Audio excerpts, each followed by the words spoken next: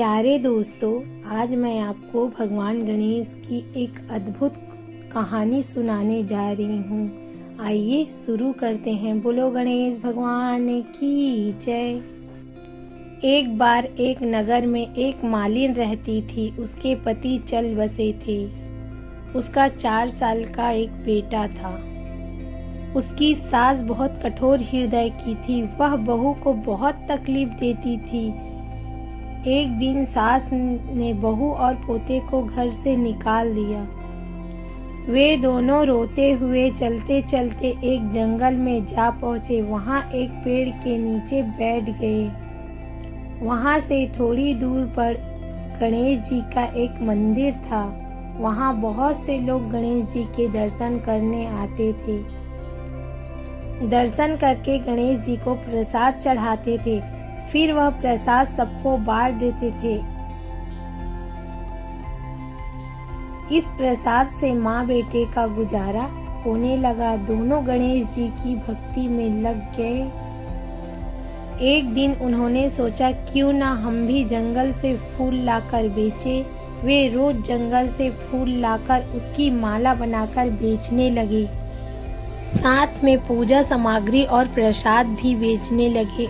इससे उसको आमदनी होने लगी। गणेश जी की कृपा से आमदनी बढ़ने लगी। जल्द ही उन्होंने एक मकान और एक दुकान बना लिया। एक राजा की लड़की मंदिर में रोज पूजा करने आती थी। मालिन के बेटे को देखकर राजकुमारी उस पर मोहित हो गई। उससे विवाह करने की सोचने लगी। उसने अपने भाभी को अपने मन की बात बताई। भाभी अनुभवी थी।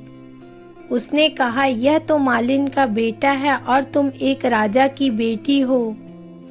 यदि तुमने उससे विवाह किया तो तुम्हारी बहुत बेइज्जती होगी। पर राजकुमारी अपनी बात पर अड़ी रही। उसने कहा, मैंने तो प्रतिज्ञा कर ली है कि उसी से विवाह करूंगी। भाभी ने घर जाकर सारी बात राजा को बताई। गणेश जी की कृपा से राजा ने भी मना नहीं किया और वह शादी के लिए तैयार हो गए। उन्होंने बड़े धूमधाम से बेटी की विवाह मालिन के बेटे के साथ कर दिया।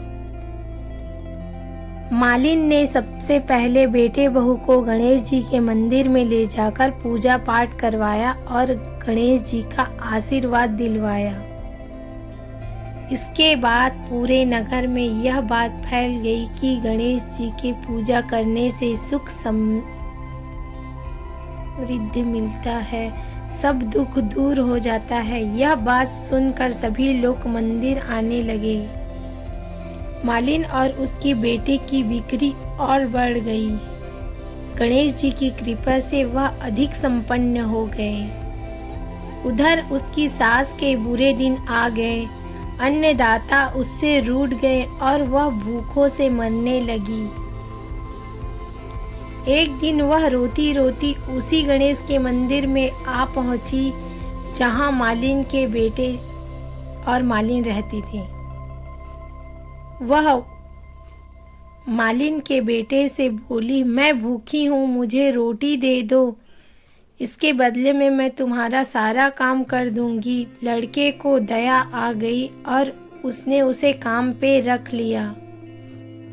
उसने अपनी दादी को नहीं पहचाना क्योंकि जब वह घर से आया था तब वह 4 साल का था।